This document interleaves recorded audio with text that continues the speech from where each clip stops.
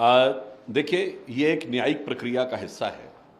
तो न्यायपालिका तकनीकी आधार के ऊपर जो भी निर्णय ले रही है, हम उस पर कोई टिप्पणी न करते हुए सिर्फ अपना भाव ये व्यक्त करना चाहते हैं कि इस निर्णय से एक बार फिर पिछड़े वर्ग के आत्मसम्मान और स्वाभिमान की रक्षा हुई है और कांग्रेस पार्टी का जो थोथा अभिमान और अहंकार है उसके ऊपर एक बार फिर दंड पहुंचा है। परंतु मैं फिर राहुल गांधी जी से यह सुझाव देना चाहूंगा कि भारत की जनता बहुत उदार हृदय है।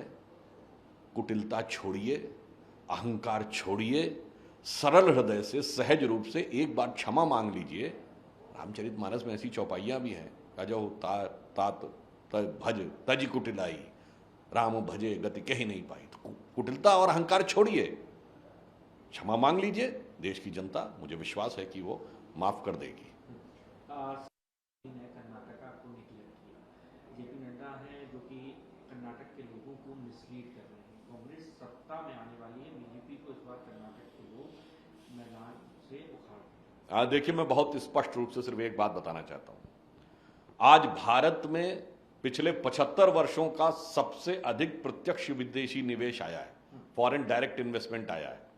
और प्रत्यक्ष विदेशी निवेश में सबसे बड़ा हिस्सा 2022 मई के आंकड़े के अनुसार कर्नाटक का है, 38% आया है। पूरे भारत में जो विदेशी निवेश आया है उसका 38% कर्नाटक में आया है। यानी मोदी सरकार के प्रयास से जो फॉरेन से इन्वेस्टमेंट आ रहा है 38%। और कंप्यूटर सॉफ्टवेयर यानी डिजिटल सुपर पावर जो मोदी जी ने बनाया है, कंप्यूटर हार्डवेयर और सॉफ्टवेयर की फील्ड में जो पूरे भारत में विदेशी निवेश आया उसका 53%, आधे से ज्यादा कर्नाटक में आया है।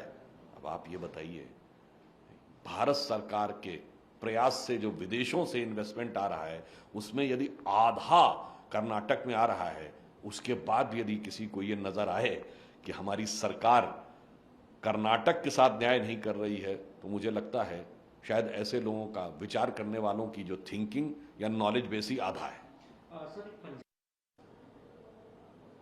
कांग्रेस ने आज कर्नाटक में अपने जो स्टार प्रचारकों की सूची जारी की है वो बहुत चौंकाने वाली और खतरनाक संकेत देने वाली है, जिसमें एक ऐसे व्यक्ति को भी उन्होंने स्टार प्रचारक बनाया है, इमरान प्रतापगढ़ी, जिन्होंने कुख्यात माफिया डॉन अतीक अहमद के शान में कसीदे पढ़े, जिन्होंने एक शायरी लिखी उसके बारे में कि कभी शायद कभी किसी का ऐसा कोई कद नहीं होगा, कई सदियों तक कोई अतीक अहमद नहीं होगा। मैं पूछना चाहता हूं राहुल गांधी जी, आप मोहब्बत की दुकान सजाने की बात कर रहे थे, ये कौन से जहर बुझे सामान हैं जिनके द्वारा आप मोहब्बत की दुकान सजा रहे हैं और आपकी पार्टी का एक सभासद जाके अतीक अहमद को शहीद और भारत रत्न देने की बात कर रहा है। अब ये बात बहुत साफ हो गई है कि प्रजातंत्र का आवरण ओढ़कर प्रजातंत्र में राजतंत्र चलाने वाले जो परिवार है, उसके जो बरखुरदार हैं, उनके जितने भी झंडा बरदार हैं, जितने भी फरमा बरदार हैं, जितने भी किरदार हैं, उन सब से देश को बहुत खबरदार रहने की जरूरत है। इसलिए जो बोला गया है उसको मैं आगे की लाइन बोलना चाहता हूं। उन्होंने जब ये कहा है, उनके स्टार प्रचारक इमरान प्रतापगढ़ी ने, कि शायद कभी किसी का ऐसा कोई कद नहीं होगा, कई सदियों तक कोई अतीक अहमद नहीं होगा, तो इसके की आगे की लाइन मैं जोड़ देना चाहता हूं। इसे राजनीतिक संदर्भ में ही लिया जाए कि अगर ऐसे ही राह पर चलते रहे जनाब, तो आपके खानदान में कोई सियासी वलीअहद नहीं होगा। नमस्कार, मैं हूं मानक गुप्ता।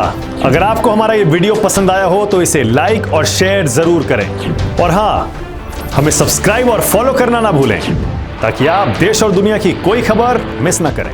तो जुड़े रहिए हमारे साथ और देखते रहिए न्यूज़ 24।